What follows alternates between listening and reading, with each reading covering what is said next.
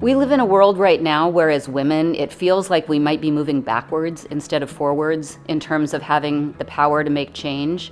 But I really believe that we as women have the ability, just one woman to the next woman to the next woman, to create a series of events that's transformational personally and transformational for us as a group.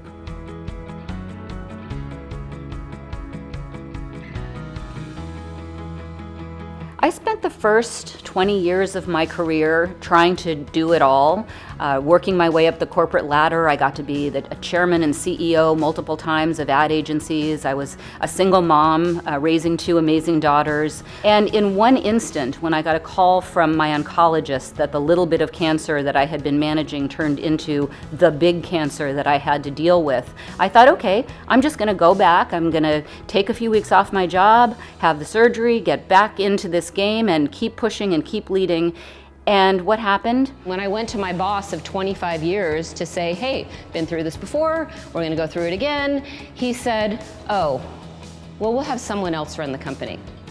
And in essentially a week, I lost my health, my job, and my last child was going to college.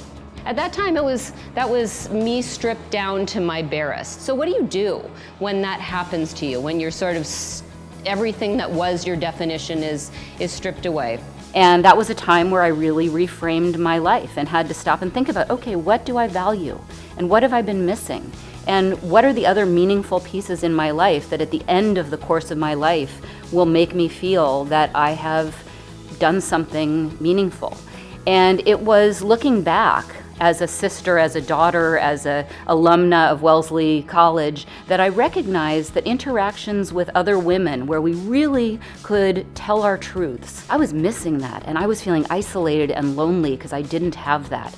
And so I've dedicated this next chapter of my life to creating those meaningful connections with women that are not about how we succeed in a corporate sense, but they're how we succeed in a human sense, and how we pull each other forward when we do so.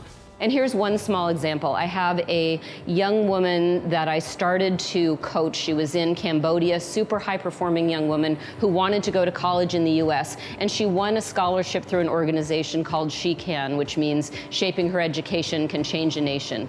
And they empower high-performing young women in post-genocide countries to go become the next generation of leaders. And this little spunky girl, she's like 4'10", 80 pounds soaking wet, she has got it down. And then came time to take the TOEFL exam, which is English as a second language. There aren't many people in Cambodia taking the exam. It was terribly monitored, terribly executed, with all sorts of miscues about timing and sound, and she didn't do well enough. We knew what scores she needed to get in order to get a scholarship to an American college, and she didn't do enough. Not by a lot, but by sort of 5 points that the schools cared about. And we're thinking, what are we gonna do? We have the most amazing student ever. And I happened to be talking to a young woman, couldn't have been more than 27 years old, who teaches mindfulness in inner city schools here in San Francisco. And she teaches kids who might not know how to let out their anger and their aggression to think about how to calm themselves down, how to self-soothe. And I thought, I wonder if she could call Liak and talk to her about some of those skills. So this 27-year-old agreed and was willing to spend a half an hour of her time and the cost of a phone call to call this young woman. Think about what that was.